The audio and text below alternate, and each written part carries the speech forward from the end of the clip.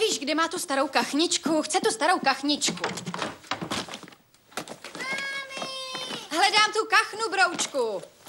Ale tu starou! Jo, tu starou kachničku. Posraná kachna. Oh! Ježiši.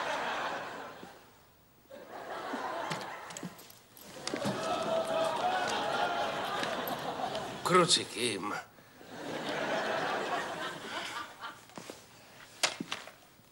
Jessica Simpson? Vážně?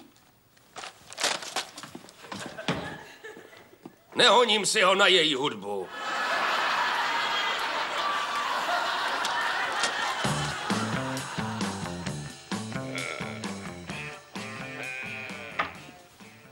Lucy už se oblíká. Hodíš jí do školky?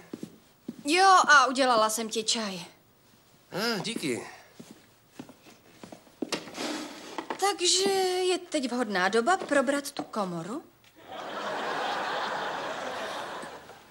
Hele, a je to vůbec nutný? Podívej, mě to prostě zajímá, takže... Jak často to děláš? Moc ne. Jenom když tady nejseš.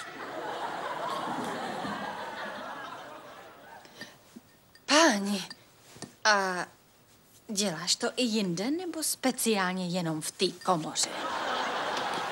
Nech toho. No dobře. A co se ti honí hlavou, když si to děláš? Spousta věcí. A myslíš taky na mě?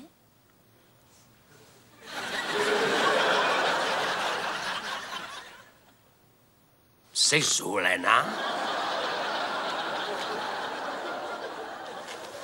Proč bych jako měl zlato? To je kouzelná chvilka. Můžu myslet na koho chci a můžu si ty ženský i mixovat. Třeba hlavu Britney Spears na těle Barbie Jo, Bushovi. to stačí, fajn, už chápu. Hele, já na to rozhodně nejsem pyšnej, ale co mi zbývá? Tohle je všechno, co mám. Tohle je moje všecko. Když jsme to nedělali celý roky. Roky.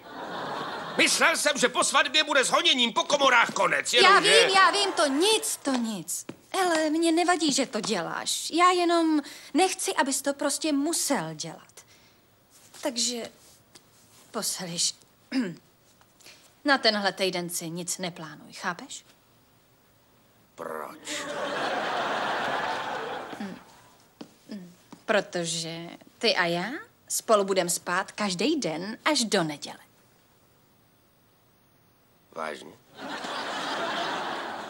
Jo. Vereš? Jo.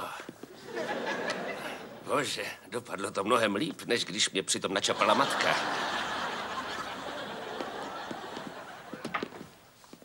Mami, jsem oblečená a obula jsem si i potičky. To je paráda. Říkala jsem to mamince a ne tobě. Já jsem tu ale taky, sakra. Táta řekl sprostý slovo. Jo, já vím, jdeme. Hele, tak já tu uklidím. Opravdu? Jo, Díky moc. fajn, není zač.